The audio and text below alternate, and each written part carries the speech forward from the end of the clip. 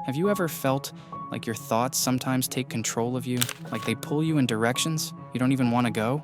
Trust me, you're not alone. Lust, for example, can feel impossible to escape. It's sneaky, powerful, and often distracts us from what truly matters. But what if I told you there's a way to overcome it, not just for a moment, but for the rest of your life? I've been inspired by someone you might know, Kiyotaka Ayanokoji. His ability to stay calm, focused, and completely in control of his emotions is something I deeply admire.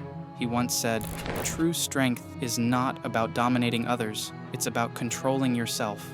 And that's what this video is about, learning how to take back control. So, how do we channel that Ayanokoji-like focus and kill lust forever? Let's talk about it, because if he can master himself in such an intense way, you can too.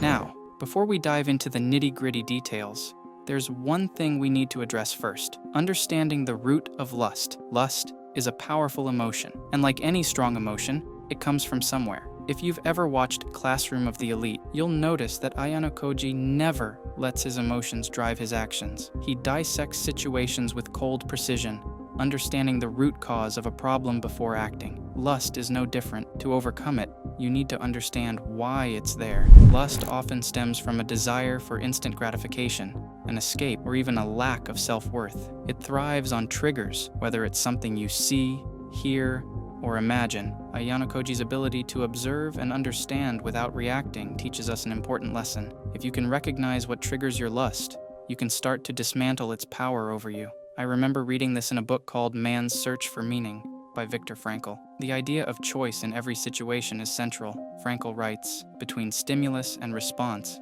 there is a space. In that space is our power to choose our response." It's the same with lust. Lust begins with a stimulus, a trigger, but you always have a moment, however brief, to choose your response. So, what's the first thing you have to do? Track when and why lustful feelings arise. What were you doing? How were you feeling? Pay attention to the moments when lust takes over. Is it late at night? When you're scrolling through social media? When you're stressed? Identifying patterns isn't just an intellectual exercise. It's a way to reclaim power over your responses. Remember, awareness is the greatest agent for change, as Eckhart Tolle once said. And once you've done that, what's the next step? You're going to replace lust with something far more fulfilling.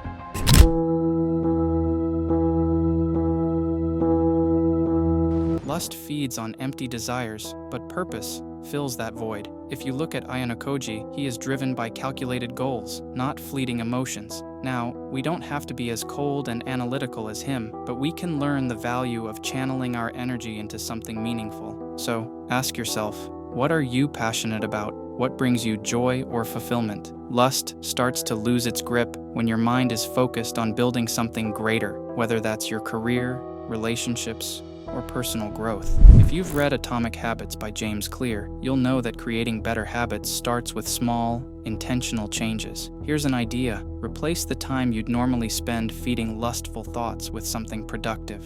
Maybe you pick up a new hobby, start exercising, or work on a skill you've always wanted to develop. You see, Ayanokoji's motivations evolve as he finds deeper meaning in his actions. You can do the same. Shift your focus from temporary pleasures to lasting impact. It's not about suppressing desire.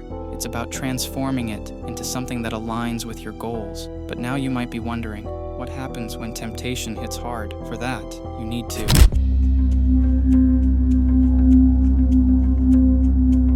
It might sound cliche, but discipline really is the key. Coming back to Ayanokoji, his strength lies in his unflinching control over his emotions and actions. Now, while most of us aren't operating in high-stakes environments like him, discipline is still a muscle we can build. And the good news? The more you practice, the stronger it gets. So what are you going to do? Start small. Maybe it's saying no to scrolling on your phone when you know it'll lead to distractions. Maybe it's taking a cold shower when you feel overwhelmed by temptation. Each time you make a choice that aligns with your values instead of your impulses, you're strengthening that discipline muscle. In The Obstacle is the Way, Ryan Holiday explains how challenges, including temptations, are opportunities to grow. Lust is no different. Each moment of temptation is a chance to prove to yourself that you're stronger than your impulses. When you feel yourself slipping, take a deep breath and remind yourself of your long-term goals. One of my favorite sayings is, discipline equals freedom, and it's true. When you control your desires, you gain the freedom to focus on what truly matters. Now, while discipline is essential, there's one final ingredient you need to truly overcome lust.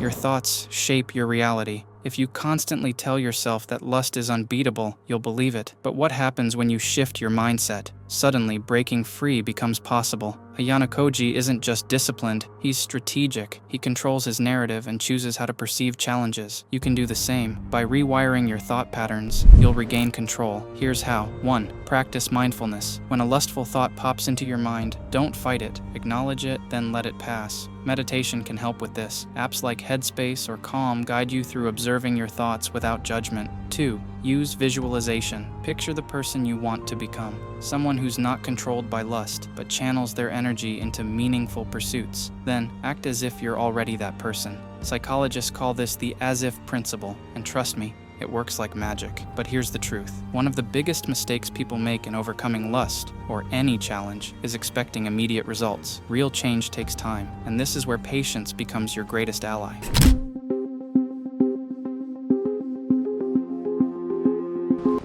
Lust thrives on urgency, on the need for instant gratification. To defeat it, you have to play the long game. Think of it like planting a tree. You won't see branches and leaves sprout overnight, but as you water it, nurture it, and give it time, it grows into something strong and enduring. Each small, intentional choice you make is like planting a seed of discipline and purpose. Over time, these choices add up to something truly remarkable, a life where you're no longer controlled by fleeting desires. Take a lesson from Ayanokoji in Classroom of the Elite. He doesn't act on impulse or rush decisions. He strategizes, understands the bigger picture, and waits for the right moment to act. Your journey is the same. Progress might feel slow, but every small victory builds momentum. So, here's some practical advice. Celebrate the little wins. Did you resist a temptation today? Did you focus on something meaningful instead of giving in to distractions? These moments matter. As Stephen Covey said, sow a thought, reap an action. Sow an action, reap a habit. Sow a habit, reap a character. Patience helps you sow the right seeds, and over time, you'll harvest the freedom and focus you've been striving for. And here's one more thing. Surround yourself with positive influences. Whether it's books, videos, or people who inspire you, the content you consume shapes your journey. Just like Ayanokoji stays focused on his objectives, you can curate your environment to support your growth. Overcoming lust isn't about winning a single battle. It's about finding freedom. Freedom to focus on what truly matters. Freedom to live a life driven by purpose, not fleeting desires. And remember, every small step toward mastering your impulses is a step toward your greatest strength. It's not about perfection, it's about persistence. As Aristotle said, we are what we repeatedly do. Excellence, then, is not an act, but a habit. Start building the habits today that will shape your tomorrow. So now, the tools are in your hands. The question is, will you take the first step today? Share your thoughts in the comments below, and if you're hungry for more practical tips and strategies, hit that subscribe button. See you in the next video.